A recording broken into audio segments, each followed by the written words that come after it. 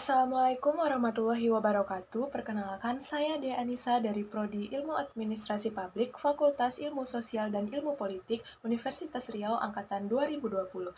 Pada kesempatan kali ini, saya akan mencoba menjawab beberapa pertanyaan yang diajukan oleh dosen saya untuk memenuhi tugas ujian akhir semester genap pada mata kuliah Ekologi Administrasi kelas C. Baiklah, langsung saja kita masuki pada pertanyaan yang pertama. Sudah menjadi hukum dalam ilmu administrasi bahwasannya administrasi dipengaruhi oleh lingkungannya. Lingkungan saat sekarang ini yang sedang mengalami proses perubahan yang cepat. Lingkungan senantiasa berubah, namun perubahan yang sedang berlangsung berjalan dalam tempo waktu yang lebih cepat. Nah, di mana perubahan ini berlangsung di semua aspek kehidupan, bersifat lintas sektoral dan juga lintas disiplin. Perubahan yang berlangsung secara global. Ia menyangkut perubahan yang amat mendasar, yakni perubahan nilai-nilai, bahkan universalisasi nilai-nilai. Perubahan sistem nilai masyarakat akan mempengaruhi pula terhadap perkembangan administrasi. Nah, sebagai salah satu masalah dalam administrasi pembangunan, sebagaimana yang diungkapkan oleh Riggs pada tahun 1996, yaitu di mana dipengaruhi oleh 3 masalah, yakni yang pertama masalah lingkungan fisik, lingkungan manusia, dan juga lingkungan budaya.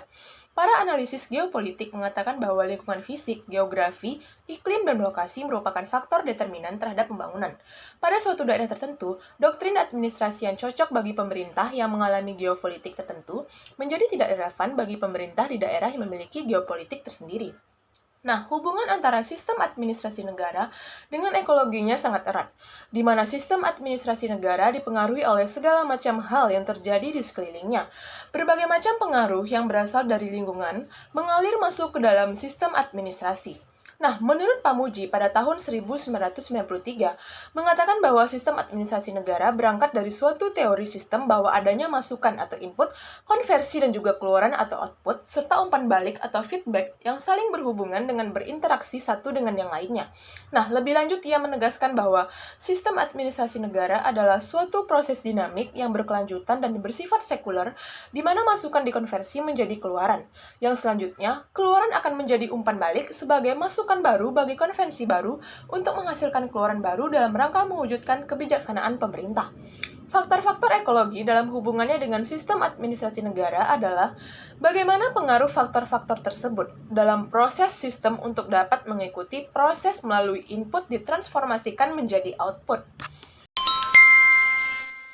Salah satu masalah penting yang dihadapi dalam pembangunan ekonomi adalah antara pemenuhan kebutuhan pembangunan dengan upaya mempertahankan kelestarian lingkungan.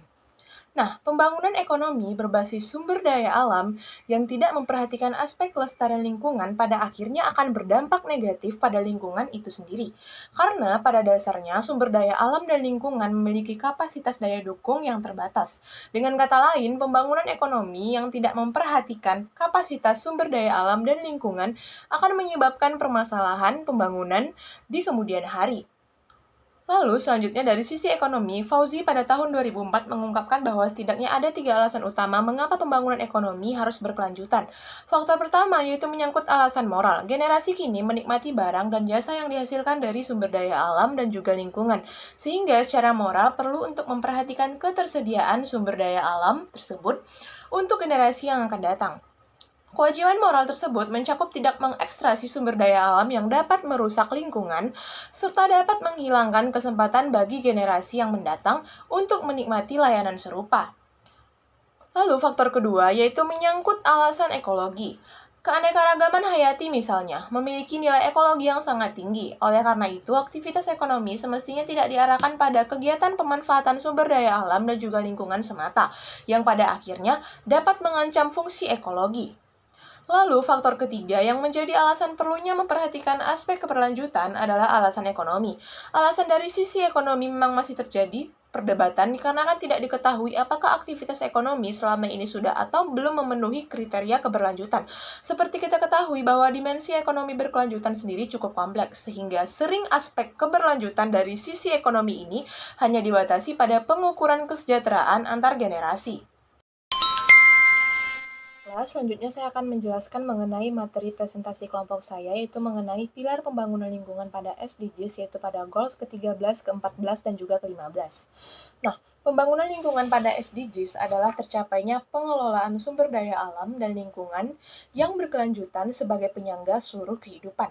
Nah, pembangunan berkelanjutan bergantung kepada pendekatan sistem dasar yang mencoba untuk memahami interaksi yang ada dari tiga pilar yaitu lingkungan, sosial, dan ekonomi dalam suatu upaya untuk mewujudkan konsekuensi yang lebih baik dari perbuatan kita. Di antaranya itu pilar lingkungan. Pilar pembangunan lingkungan mencakup tujuan ke-6 yaitu air bersih dan sanitasi layak, yang ke-11 kota dan pemukiman yang layak, ke-12 konsumsi dan produksi yang bertanggung jawab, ke-13 penanganan perubahan iklim, 14 ekosistem laut, dan ke-15 yaitu ekosistem daratan. Tujuan pilar ini adalah tercapainya pengelolaan sumber daya alam dan lingkungan yang berkelanjutan sebagai penyangga seluruh kehidupan. Pada goals ke-13, yakni penanganan perubahan iklim memiliki 5 target yang ingin dicapai secara global. Inti dari target tersebut adalah untuk mengambil tindakan cepat untuk mengatasi perubahan iklim dan dampaknya. Berdasarkan lembar fakta SDGs Indonesia, data dan informasi bencana tahun 2016 sebanyak 2.139.124 orang menderita akibat bencana. Oleh karena itu, untuk mengurangi bencana yang diakibatkan oleh perubahan iklim, 33 dari 34 provinsi telah menyusun rencana aksi daerah penurunan emisi gas rumah kaca atau GRK.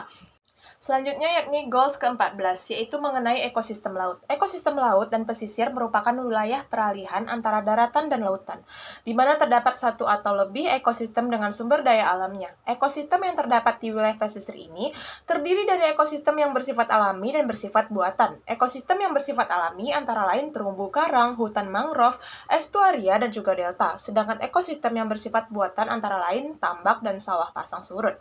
Ekosistem ini menyediakan sumber daya yang dibutuhkan oleh manusia. Dalam pengelolaan sumber daya laut dan pesisir, maka ekosistem laut dan pesisir dibagi atas ekosistem terumbu karang, ekosistem mangrove, ekosistem lamun, dan ekosistem estuaria atau muara sungai. Selanjutnya yaitu yang terakhir goals ke-15, yakni mengenai ekosistem darat. Salah satu tujuan yang ada pada poin ke-15 SDGs yaitu menghentikan kehilangan keanekaragaman hayati dengan berdasar pada Peraturan Perundang-undangan Nomor 5 Tahun 1990 tentang Konservasi Sumber Daya Alam Hayati Pasal 1 Ayat 2 disebutkan bahwa konservasi sumber daya alam hayati adalah pengelolaan sumber daya alam hayati yang pemanfaatannya dilakukan secara bijaksana untuk menjamin berkesinambungan persediaannya dengan tetap memelihara dan meningkatkan kualitas keanekaragaman dan nilainya. Sumber daya hayati dengan segala keanekaragamannya mempunyai peranan yang sangat besar dalam menjamin kelestarian ekosistem daratan. Baiklah, sekian yang dapat saya sampaikan. Sebelumnya saya ingin mengucapkan terima kasih banyak kepada Bapak Dr. Zulkarnaini, SOSMSI, selaku dosen pengampu pada mata kuliah Ekologi Administrasi kelas C. Saya mohon maaf yang sebesar-besarnya apabila terdapat kesalahan, baik itu dalam tutur kata maupun tindakan. Sekian dari saya, semoga bermanfaat. Wabillahi taufiq wal hidayah. Wassalamualaikum warahmatullahi wabarakatuh.